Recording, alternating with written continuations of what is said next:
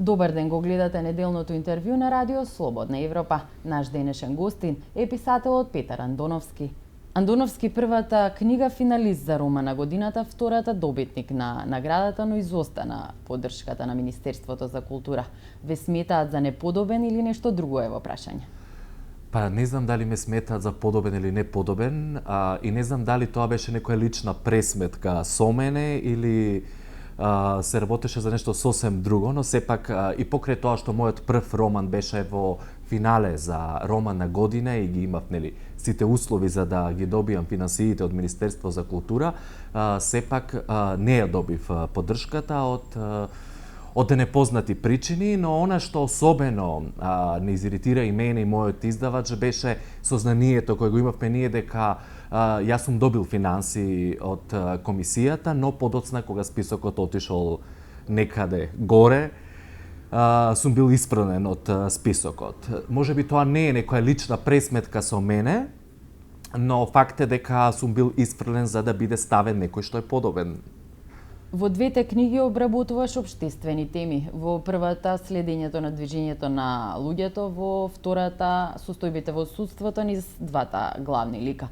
Колку реалноста е инспирација за нив?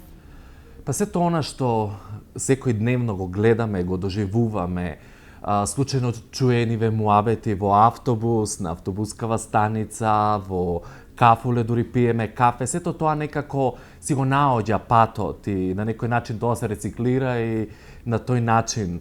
Не знам дали ние ги избираме темите или темите нас не избираат, но сите ние, оно што го пишуваме оно што најблиску го чувствуваме. Така да не би можел да кажам дека е сосем случајно тоа што сум го напишал. Активен сте на протестите на шарената револуција. Мотив да излезете на протестите се токму состојбите во општеството?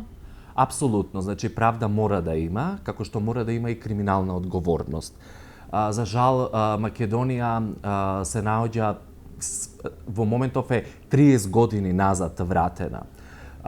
Кога пред 10 години првпат ги читав есеите на Дубравка Угрешиќ, која зборува за состојбите во Хрватска во 90-тите години во времето на Туџман и за Србија во времето на Милошевиќ, тоа што ни помислував дека Македонија ќе дојде до тој степен каде што ќе имаме новинари кои прават списоци за предавници, каде во Министерство ќе се прават списоци за подобни и неподобни автори, каде уметници ќе повикуваат, наместо се борат за слобода, ќе повикуваат на гумени куршуми врз сопствениот народ, каде ќе има спонтано собрани граѓани кои ќе ги чистат трагите на слободата. За жал, Македонија е... Оно што во моментов се случува во Македонија не враќа едно 30 години наназад.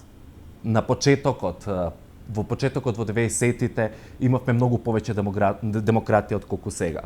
Некои од твоите колеги уметници исто така се дел од протестите.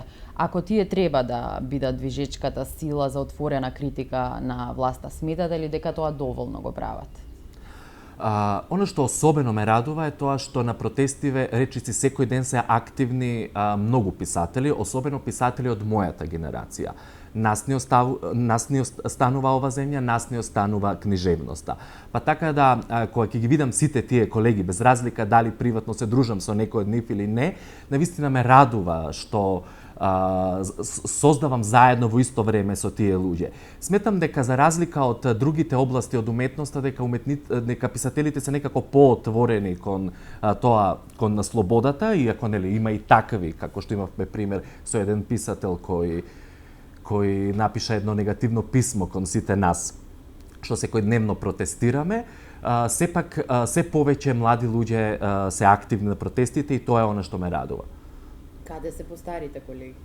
Па има тука и постари колеги доста, но не знам на што се должи, но некако се позаспани. Се надевам дека најпосле ќе се разбудат. Инаку морам овдека да подсетам дека не случајно е тоа што младиве се токму најактивни. Да подсетиме дека сите протести тргнаат токму од студентските движења, од студентските протести. Значи сепак младите се тие што ги прават промениве. Има и такви во филата кои отворено се спротивставуваат на протестите и ги поддржуваат владините политики, а некои избираат да молчат. Од каде според вас доаѓаат нивните мотиви? Па не би можела да кажам дека се работи само за некаков страф. Сметам дека тоа се некои лични пресметки, колку имаат корист. Некои од нив се наоѓаат на високи функции, се плашат да не си ги изгубат своите функции. Некои од нив биле запослени партиски и се плашат да не си ги изгубат работните места. Така да мислам дека молкот доаѓа токму од тука, а не од некој страф.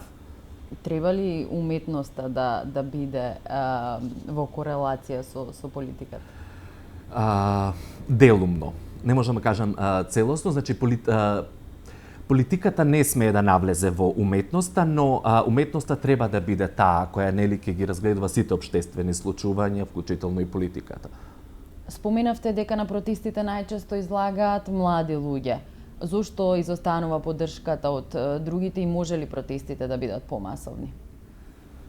Па, не би можела да кажам дека протестиве не се масовни, можеби не се до онолку колку што треба да бидат масовни, но се уште не се луѓе во некако свестени, се уште се во некаков си сон.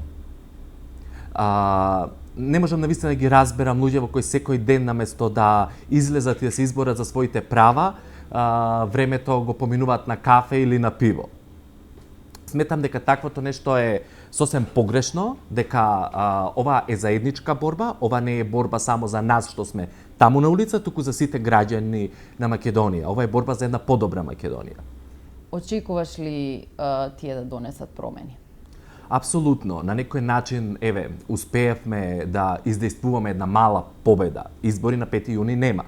Тоа беше една од работите за кои се боревме, ние кои сме дел од шарената револуција.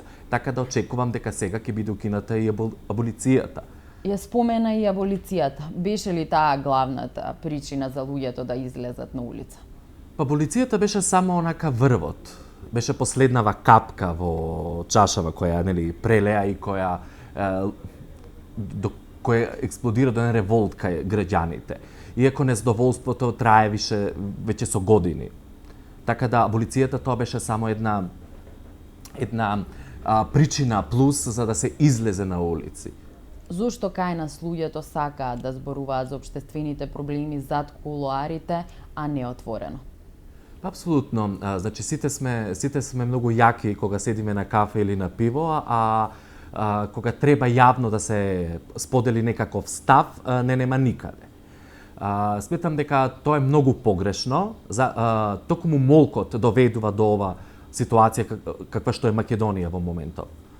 Работиш во кафе книжарница, зад себе имаш престижна награда. Да живееше во друга земја, ќе беше ли поинаку и дали институциите тогаш ќе ја поддржуваат твојата работа? Па мислам, доколку, творев во некоја друга земја, дека сигурно поинаку ќе беше, дека ќе можев да живеем за почеток, можев да живеем и од сопственото пишување, што е невозможно во Македонија. Во Македонија немате професионални писатели. Во Македонија, за жал, пишувањето се сведува на хоби.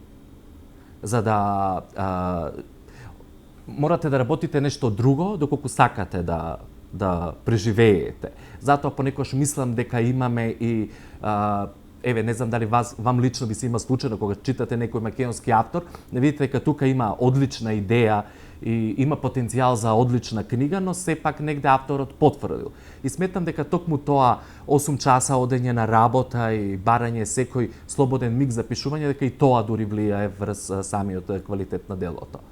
Работиш на нов роман. Очекуваш ли за него поддршка од институциите? Апсолутно. Поддршката ја заслужував и прв пат и со вториот роман. Сега доколку овој пат повторно не ја добијам поддршката, тогаш дури ќе мислам дека тоа е нешто лично против мене, а не против ова. Ти благодарам за издвоеното време. Благодарам вас. Тоа беше се во неделното интервју на Радио Слободна Европа. До гледање.